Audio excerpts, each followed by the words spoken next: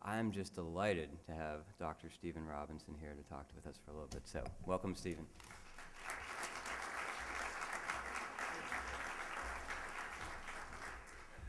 If you have a mental image of Thelma and Louise, is that the movie? It probably wouldn't be too far off from the way things did happen. We've had good conversation, and I'm really excited not only to be here with you for this conference, but I'm excited about the prospects that we have as SAIS and MISBO in helping schools fulfill their mission to a higher degree.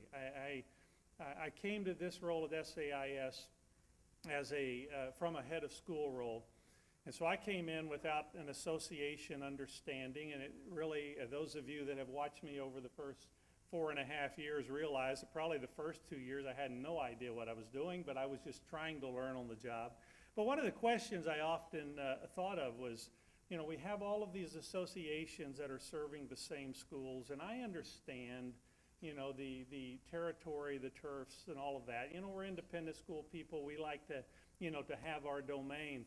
But it was always perplexing to me that because of duplications and things that were happening at a lot of levels, it was ultimately the schools that were taking money from serving children and sending it to us. And so I've started conversations on a number of levels about how we can work more effectively to serve the schools that we serve. And I know that probably 2/3 of the schools that MISBO and SAIS serve are joint members of both, and it just seemed to make a lot of sense for us to find ways to help each other. And I'm excited that next year we're going to have a chance to hang out together in a conference and do some good things that way. Reminds me of a story of a guy that was piloting in a hot air balloon, and he was off course and kind of lost. He descended to a low altitude so that he could try to find someone on the ground, and he located a man on the ground, and he hollered out to him. He said, "Excuse me, can you tell me where I am?" And the man on the ground said, "You are in a hot air balloon about 30 feet above this field." "You must be a business officer," said the balloonist. "Yes, I am," replied the man. "And how did you know that?" "Well," the balloonist said, "what you tell me is technically correct, but of no use to anyone." The man standing in the field said, "Well, you must be a head of school." "Well, yes, I am," replies the balloonist. "How did you know that?" "Well," says the business officer, "you don't know where you are or where you're going, but you expect my immediate help. You're in the same position you were in before we met, but it's now my fault." So I know there's some relating that goes on there.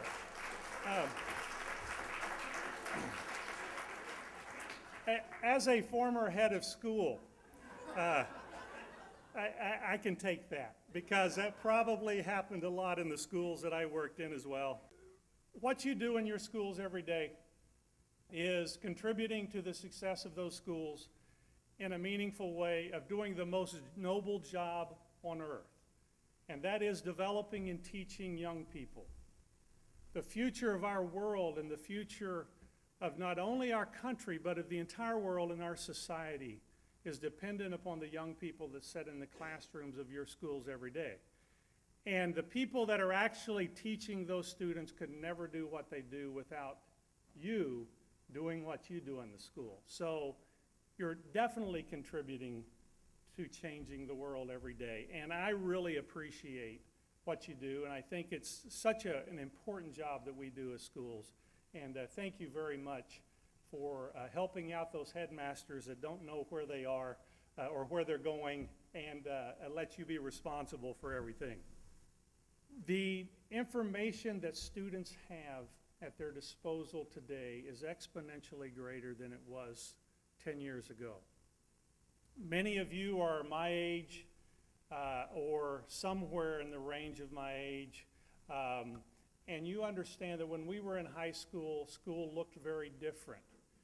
The expert on biology for my education in biology was the teacher at the front of the classroom. I was dependent upon that person at the front of the classroom being an expert. Now, when I needed a resource for my term paper, I'd go to the library and get the Encyclopedia Britannica out, cite the Encyclopedia Britannica, and no teacher ever questioned that. Today, students can actually receive lectures from the world's primary authority on any topic that the teacher wants to bring in the classroom through a TED Talk. The world around us is changing. What our students are and our children are exposed to is changing radically. But the developmental age of the child is not changing that much. In other words, a one-day-old baby today is very similar to a one-day-old baby 5,000 years ago. A 13-year-old student today now has different neural pathways and has different external stimuli that is impacting them. So they will be a little more different than a 13-year-old several hundred years ago. But the reality is kids are still moving through our schools with the developmental issues they've always had. Those adolescents are always worried about their group. They're always worried about acceptance. They're worried about relationships and all of those things at a very similar pace. So on the one hand, the product that we're working with, the students, is remaining pretty constant. At the same time, the external environment in which they deal is changing radically and exponentially. And so for educators, it is a very difficult situation. In fact, I would argue that it would suggest that schools should not be changing so radically just to try to stay up with technology that they forget the other half of the equation, and that is the developmental age of the student. Most of the time I go around talking about 21st century kinds of things, and I really don't like that term, but I don't have a better one. You know, we're 11 years into the 21st century. Surely we can come up with some other term, but at least everyone knows what we're talking about. Most of the time we're talking with academic folks and how they can change their curriculum in the classroom and how they can do things better over the coming years. Some of you have probably read Clayton Christensen and Michael Horn's book on disrupting class. In that book, they're suggesting to all of us in the school world that over the next decade, there will be some major disruptions happening to the school world. And for those of you that are not familiar with the disruptive innovation research theory behind this, it comes out of the Harvard Business School, and the idea is that through the history of man, there have been disruptive innovations that have come along and changed radically the way things were done. You know, the railroad, well, the telegraph changed the way messages and communication was delivered. The printing press changed the way that information was disseminated, and so on and so forth. And they would argue that there are some major disruptive innovations ready to occur in our school world that schools that are going to survive and do what they should do need to be ready for. Also, there are scholars and leaders in our world that are talking about different skill sets that need to be developed for students as they go forward. You're familiar with Tony Wagner and his skills for 21st century success, interviewed employers in large companies asking what kind of skills would students need to have when they come to work for your company. It listed a set of skills that he thinks that students will need in the future. Howard Gardner's 5 Minds for the future talks about the minds that need to be cultivated in our students for the skills. Pat Bassett, president of NAIS, talks often about his kind of compilation of all of these different theories that come together, and he has a list called that he labels the 6 C's. It was the 5 C's, and he just added another one, so he came up with another C. Creativity, collaboration, critical thinking, character development, communication, and now he's added cosmopolitan, need to have a global and world view. And those are the kinds of things that we're talking about as academics, we're talking about as teachers, we're talking about as heads of school. So for this group, I think it's important not only to say, yeah, that stuff is happening, and I think you need to be reading about that, and you need to be engaged with your faculty, but there are some financial implications for all of this stuff that schools need to be doing. And in this room are the people that need to be kind of guiding that discussion along with your administration on what this is going to look like. And if I include in it all, I suspect that over the next 10 years, you're going to have some very interesting discussions occurring around the finances and the financial sustainability of your school, and the implications that are coming from some of these discussions and the way that schools should be. Over the past century, independent schools, and in fact even going back beyond the last century, independent schools have been very fortunate in that no other segment of the school industry could do school the way we do school. We could do character development, we could do whole child development, we could do a lot of things without all the bureaucratic influences and strings attached from the government that our public school colleagues have to deal with. And we've been very fortunate over the last decade, or last 100 years or so. But many of you are aware of what has happened recently in the recording industry.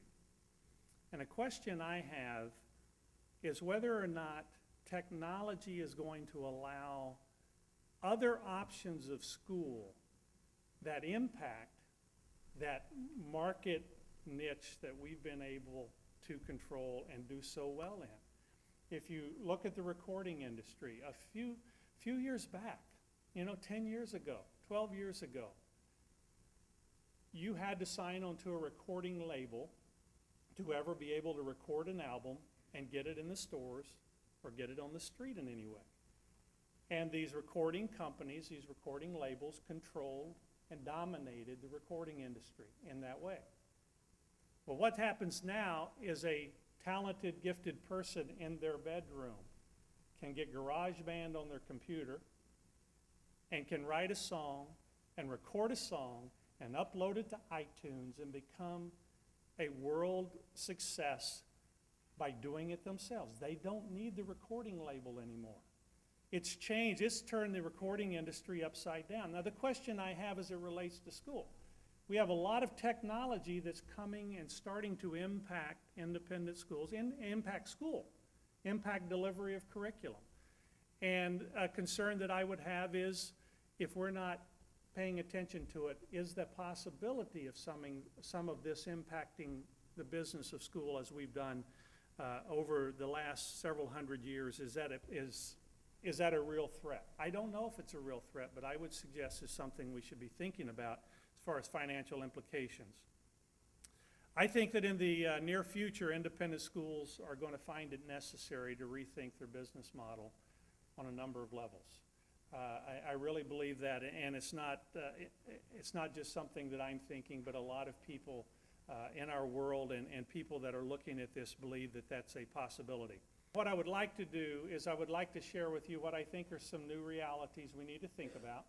And as business officers and as people responsible for making the business of the school work, I think these are things you're going to need to think about over the coming years. Some new realities. Global education is here.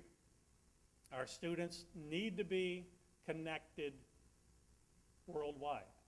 Global education takes on a couple of different fields. It takes on a virtual connectedness, and it also takes on a literal connectedness. What is that going to look like in the future of our schools? How are we going to make sure that our schools are training our students to interact in a world that they're going to live in as adults, and they're going to be making decisions in adults? That's something that many of our schools are already doing a great job with, but at the same time, it's something that I believe will become more and more important to all of our schools, and something that obviously is not an inexpensive proposition.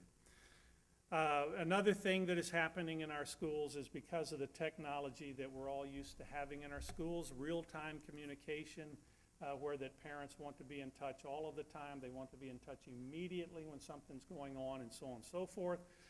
From an assessment perspective of students, I don't think it's healthy necessarily to tell parents what the grade on every quiz was right when it happened, because they hyper-focus on one quiz when they should be looking at the broader body of work. At the same time, that's the world we live in. What kind of implication is that for your school? Another thing that I believe is will become the norm in our schools, and in some ways already as a society technologically, is the cloud-based technology that we have. Schools, we all remember when schools were spending hundreds of thousands of dollars to maintain servers, and IT people that maintain servers primarily. I think that there's going to be a different look of that coming down the road, and I think that we're going to be doing more with IT people, helping teachers use it, keeping the bandwidth open coming into campus, and keeping the campus wired so that students can use that. Certainly has implications for business officers and for finance of the school. Student-owned technology, or BYOD, bring your own device.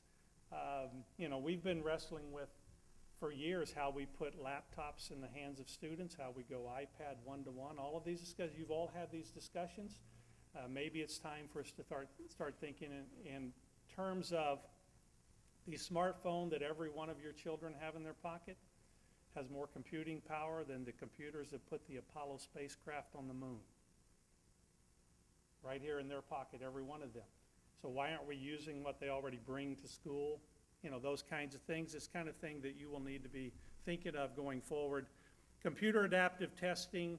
We're at an age now where that testing can be formative and doesn't have to be just summative every time. And does a computer adapt and help us really understand where the student is in the progression of the subject matter? Another thing that is potentially going to be very impactful for you as business officers is the idea of mastery learning.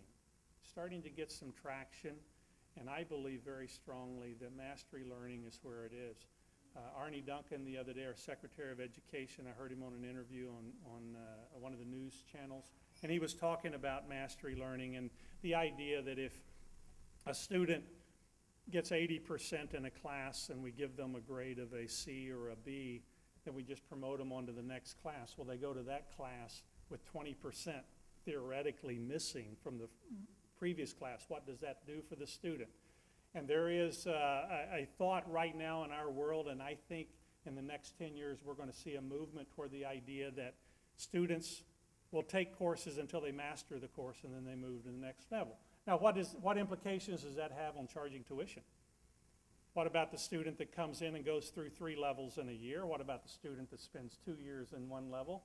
All of those kinds of things. Those are going to be the kinds of things we're looking at. But I think mastery learning is going to be something that impacts us as the way we look at how we do school. Teachers of the future will be coaches and facilitators.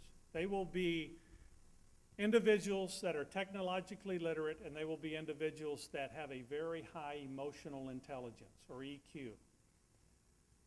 Again, we mentioned earlier that the world's leading expert on a given topic can do the lecture in your classes tomorrow. Much of the learning that happens, we've always thought should happen in the classroom, actually should be happening at home, online, and they come to class to meet with a teacher who facilitates and coaches them. Well, what kind of implications does that have for our schools financially if teachers are coach facilitators have a different skill set than the teachers we've always looked for in the past? What about the teacher-student ratio that we've talked about so often in our schools? I suspect that the digital delivery of content is going to impact that. Just one other thing that you're going to be able to deal with as business officers. And then what about the school with no interior walls? I can't tell you how many times, we have 350 schools in SAIS. I've been on about 250 campuses. I can't tell you how many times I've gone into a school and I've heard something like, we would do this differently, but our rooms are too small. So they built block walls that actually box them into a model that they can't do what they really want to do now. So the way we build buildings, I suspect, will be impacted at some point in the not too distant future. The other thing, you all know why we have school 9 months a year, right? So teachers can have a 3-month break. We do not have children going and harvesting crops anymore in the summer. We will be going to year-round school in many of your career lifetimes. And that is, in my estimation, inevitable. What does that do for your business model? How do you charge tuition? How do you handle the additional length of school, so on and so forth. Another topic that you need to be thinking about.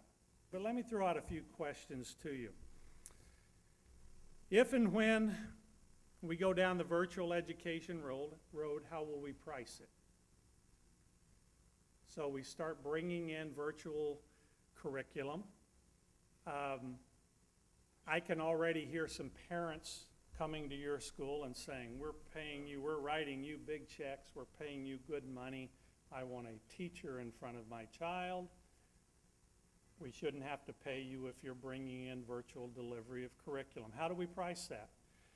What happens when, and it happens to our school similar to what it did in the university world, when students start bringing additional credits to our school that they took in an accredited school online. The AP courses and some of the dual enrollment stuff impacted the credits being sold by universities. When students would come to the university with 25 or 30 credits already on a transcript, in theory, they only had another 100 credits to get, and that impacted the number of credits that the university sold. What happens when that kind of virtual delivery starts to impact our schools in those same ways? I don't know, but it's something we should be thinking about. What happens when families want more flexible schedules for their children and personalized tracks? See, now we are able to individualize the learning experience for children. If we, think with me, if you have a facilitator coach in the classroom, in theory, they're able to manage a differentiated classroom where that children in the classroom or students in the classroom are learning at different paces and even learning different subjects potentially. So it gives an opportunity for personalizing the educational experience of each child. Now the reason I bring this up is some of you would say, you know, we're a strong enough school in our community and we're not going to have to think about that. We're going to do it the way we've always done it and we'll go forward. Well, I promise you someone is going to open up a school down the street from you that is going to be able to do these kinds of things. How is that going to impact the market? I think it's something we probably should be thinking about and where we go with that. The annual tuition price that we charge, you know, it's inevitably going to be raised. Do we start disaggregating our tuition and our prices? Do we become more a la carte? I don't know how that would work, but I know someone's going to come in and ask that. We just want to come to your school for the social experience and to play sports and maybe 2 classes, but by the way, we can get these other things through a virtual delivery.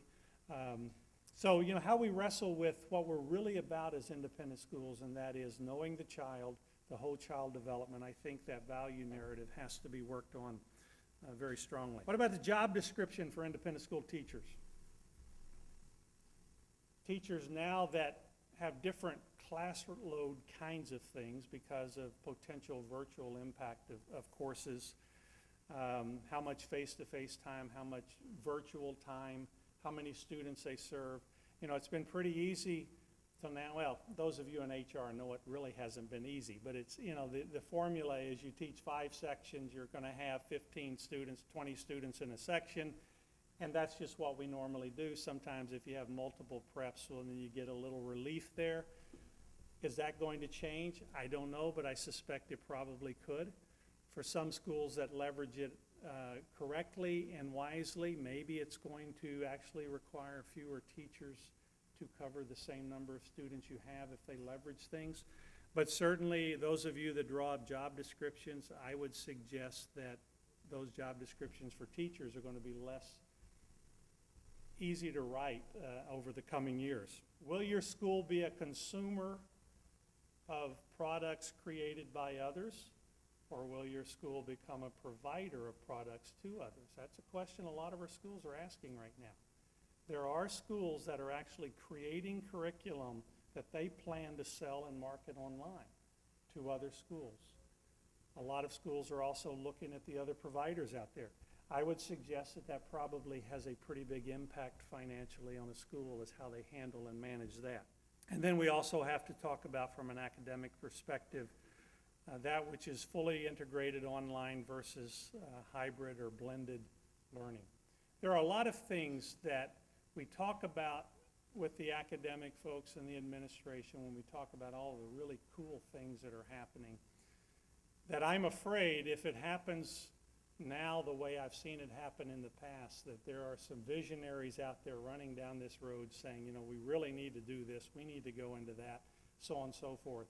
And they're not always engaging appropriately into the discussion, those of you that are trying to find ways to make the money work and to balance the budget at the end of the year.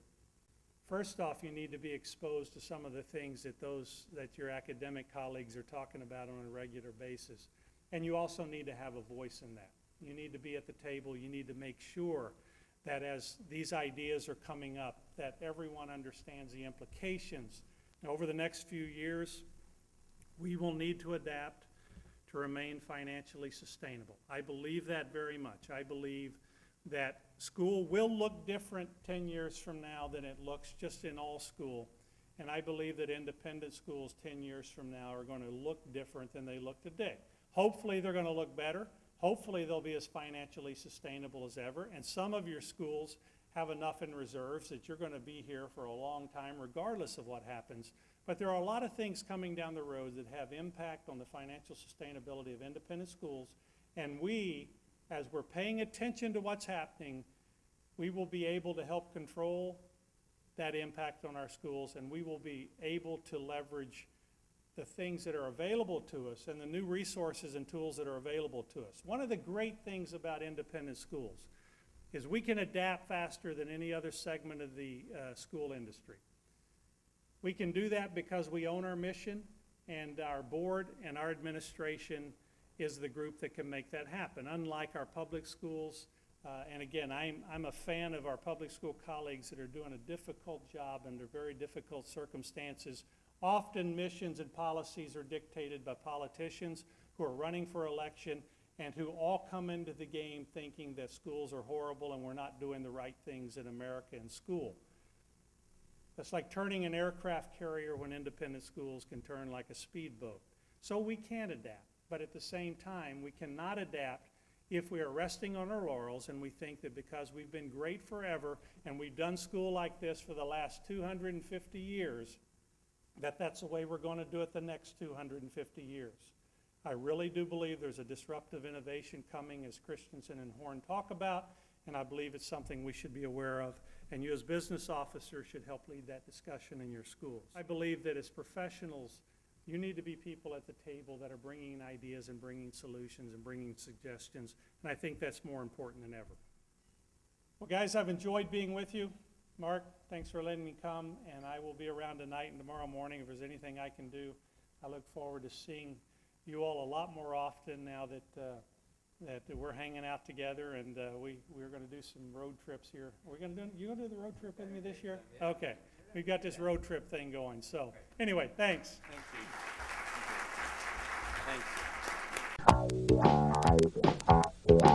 Thanks.